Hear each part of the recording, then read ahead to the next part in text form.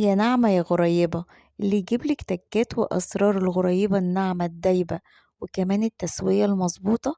أنا هبة إبراهيم، بنعمل وصفات سهلة جدا وبسيطة والطعم خطير وفي حتة تانية. ما تنسوش تتابعونا على صفحة الفيسبوك وعلى اليوتيوب وعلى التيك توك، وتنزلوا بالتطبيقات الجميلة بتاعتكم.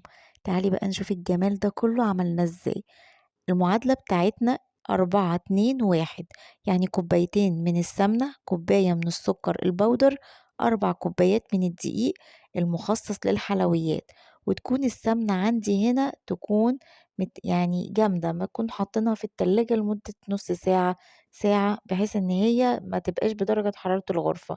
نزلت بكوبايتين من السمنة عليهم كوباية من السكر البودر، قعدت اضرب فيهم كده بالمضرب الكهربائي او بالمضرب السلك أو في العجان لحد ما وصلوا للقوام ده. 4 كوبايات من الدقيق عليهم رشة من الملح، وبعد كده نخلناهم كويس جدا. وأهم حاجة في الدقيق إن هو يكون مخصص للحلويات. نزلت بالدقيق على السمنة والسكر لحد ما الدقيق اختفى، ونزلت بمعلقة صغيرة من الفانيليا. هو ده القوام المظبوط، لا شققت ولا أي حاجة. تقدري تختبريها كده واحدة بس كده وتسويها في الفرن. لو لقيتيها فرشت منك يبقى محتاجة معلقتين من الدقيق، لو ما زادتش يبقى مظبوطة. ابدأي شكلي بقية الغريبة بتاعتك وحطيها في الفرن على درجة حرارة 160، ما بتاخدش 10 دقايق. تخرج من الفرن تسيبيها تبرد تماما وتبدأي تمسكيها. هو ده اللون المظبوط وده القوام المظبوط.